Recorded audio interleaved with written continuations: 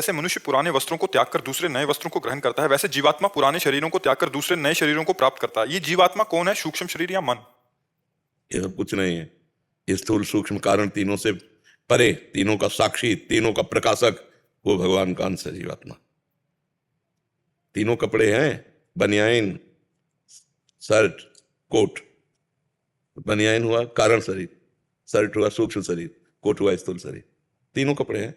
जैसे 3 कपड़े नहीं पहने जाते सर्दी के समय, एक बढ़िया बनियाइन पहनी गई, फिर शर्ट पहनी गई, फिर ऊपर से कोट पहन लिया गया। तो ऐसे जीवात्मा की 3 वर्दी है ये, कारण शरीर, सूक्ष्म शरीर और स्थूल शरीर। स्थूल शरीर जो जागृत अवस्था में देखा जाता है, सूक्ष्म शरीर जो स्वप्नावस्था में देखा जाता है, कारण शरीर स्वभाव जो सुषुप्ति में रहता है। और जो जागृत स्वप्न सुषुप्ति तीनों को जानता है, साक्षी है, जो स्थूल सूक्ष्म कारण तीनों को प्रकाश देता है, वो जीवात्मा है। वो तुम हो। जीवात्मा कोई और नहीं है, वो तुम हो। जब तुम्हारी बात आएगी तो तुम्हारा ये चेहरा आने लगेगा। स्थूल शरीर को इतना तुम मान लिए हो अपना कि अपने आप को नहीं जानते। 3.5 हाथ के शरीर में रहते हुए 40 वर्ष, 50 वर्ष, 30 वर्ष व्यतीत हो गए और 1 सेकंड कभी अपने आप से नहीं मिले।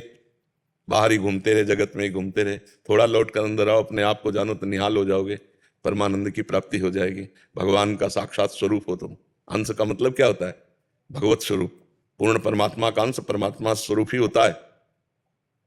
पूर्णमदा पूर्णमिदम पूर्णात् पूर्णमुदच्यते पूर्णस्य पूर्णमादाय पूर्णमेवा वशिष्यते। जो पूर्ण का अंश भी होता है वो पूर्ण ही तो होता है, परमात्मा स्वरूप।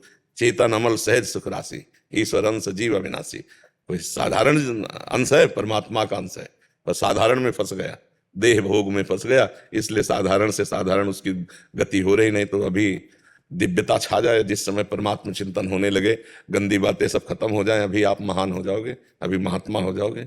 पैंट शर्ट में आप देवता हो जाओगे। समझ रहे किसका प्रश्न था? हाँ, आप समझ रहे जी। ये मन बुद्धि नहीं है, मन बुद्धि का प्रकाशक है। सब कर परम प्रकाशक जोई। अभी अध्यात्म का ज्ञान नहीं, इसलिए ऐसा बोल रहे जी। महाराज जी